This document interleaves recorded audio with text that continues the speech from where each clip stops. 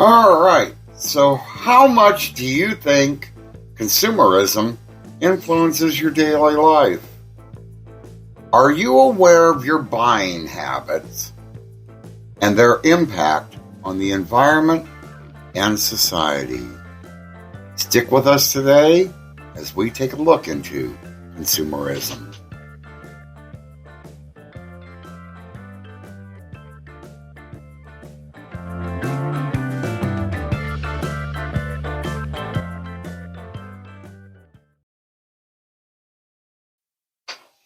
Hi there, everyone, and welcome back to the Joy Without Justification podcast.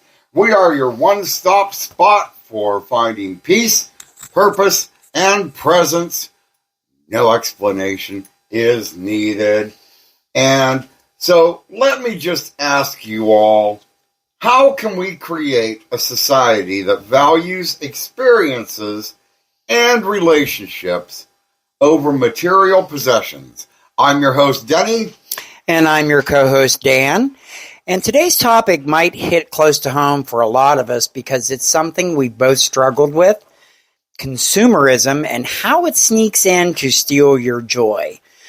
So, Denny, let's get into it. How did consumerism start showing up in your life as a joy thief? Well, let's be frankly honest here, Dan. Not only did it affect our past, but it still affects us today. I wish I could stay off Amazon. But, no. Honestly, I really didn't notice it at first. I just was, buying stuff because I needed it. There was a time in my past with my first partner when we went to an Ollie's and we were going to buy a window fan in the windows of our mobile home that we lived in. And we really didn't have the money that day, but we knew payday was coming and we were going to go back for it. Yeah. When we did, it was gone. Oh, okay. They didn't have the fan anymore. So I just started buying because if you don't get it now, you may not be able to get it later. But then I started realizing that all this buying and everything wasn't really making me happy. It wasn't really meeting my needs. And like every other thing that we all end up buying at some point or another winds up just sooner or later sitting on a shelf and collecting dust. Yeah. So, yeah, it really was a trap trying to lead me into a false joy. How about you? Well, I've always been relatively decent with not buying a lot of stuff until Temu. Because it's just it's small little things and it's just a little knick-knack or it's just, this or that. And the next thing you know, you just got boxes everywhere because it's coming. And I think for me, because it was more impulse buy, and you think, oh, that's only a couple dollars, but it adds up, right? Yeah. So, well, we both just need to stay off of online shopping for a good long time. I think it's okay as long as you get a handle on it. So I'm always remembered something my mom taught me when I was a kid, and it always stuck with me through my adult life, was if you want something, wait at least 2 weeks before you buy it. So I'm kind of trying to push my mind back there, and I'm staying off the apps right now. But it can sneak up on you, especially when it's cheap. That's what's really, really kind of gets to you. When all those packages arrive and they feel like clutter instead of happiness, that's when it hits me. And you also then catch yourself in that. And everybody, I'm sure everybody does it. No matter how much you don't think you're on there shopping, everybody at some point does it. When all those packages show up at your door and it's like, first of all, what did I buy? Right. And secondly, did I really buy all this? Right. Yeah, when the delivery guy knows you by name, it's time to stop. Address, Yeah, it's time to slow down. You don't even have to turn the porch light on, and they know to stop where your house is. Oh, my God. But yeah, it's funny. So what do you think drives us to fall into this cycle? Oh, there's many things that could drive us into this cycle. I think the big part is how we're conditioned to believe that happiness comes from, having more stuff. I mean, my parents were probably the big one. I mean, my mom more than my dad, but they were the big ones into feeling that the more stuff you had, the happier you were. Yeah. And the more stuff led people to think you had more money. Yeah. And if you had more money, well, that just raised your status like up to here and, right. Made you a moving target. And you never actually arrive at that target. You never actually arrive because all that spending, and you're not paying attention how fast it really can eat away at your bank account. Absolutely. And it's exhausting. Did you ever feel like you were chasing something? Oh, yeah. When you fell into it? Yeah, I think for me it was, I guess it was more like feeling like I had everything together. And I guess my parents were upper middle class, not all the way up, but a little higher than middle. So I think I always felt like I wanted to do as good as them. And that's kind of led me into, buying stuff, because then I felt like I had arrived, I guess. But what I've learned is that joy doesn't come from what's, on the outside. It comes from how you feel on the inside. And it's not about the latest phone or a bigger TV. Denny, how did you start to break free from this mindset? Because I think in America we're conditioned to shop.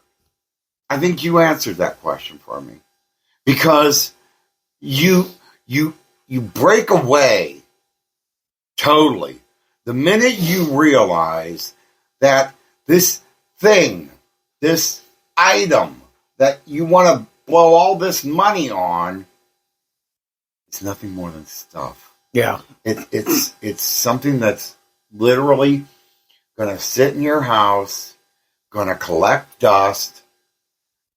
I mean, that to me is when I decided, you know what? It's time to stop. This isn't what I want in my life.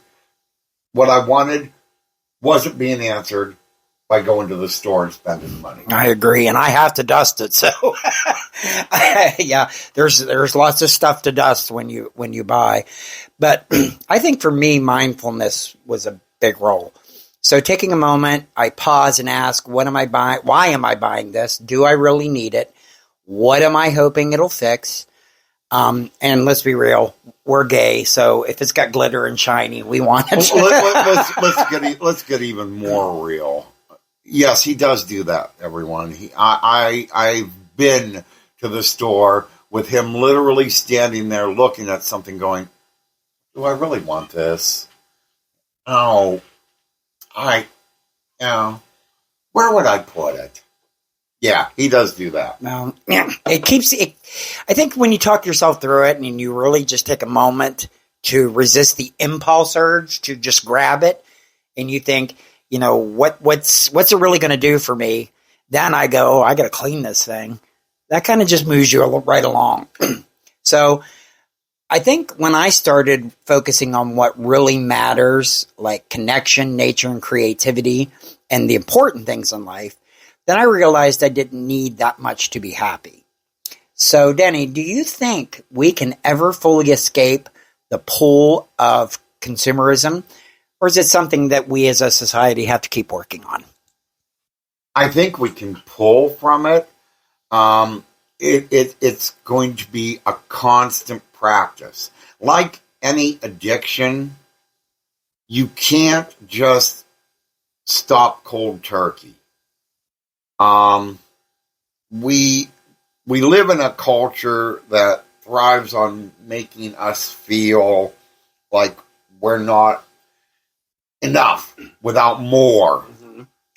But the more we focus on what truly matters, the less consumerism has over us. Yeah. And Dan, what's one thing you'd say to someone who's starting to realize they're caught in this trap? Go small. Begin by noticing when you're buying out of habit or emotion rather than necessity.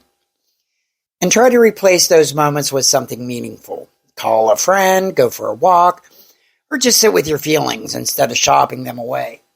What would you tell them, Denny? Well, first off, like you were saying in that last phrase, if it is something you really need, then yes, by all means, get it. If it's something you need to sustain your life, Oh, absolutely. get it. Yeah. If it's just because Matilda down the road got a big screen TV that's hanging on her wall, and you still have one of them little pocket antenna models sitting in your bedroom, if it works, why change it out? But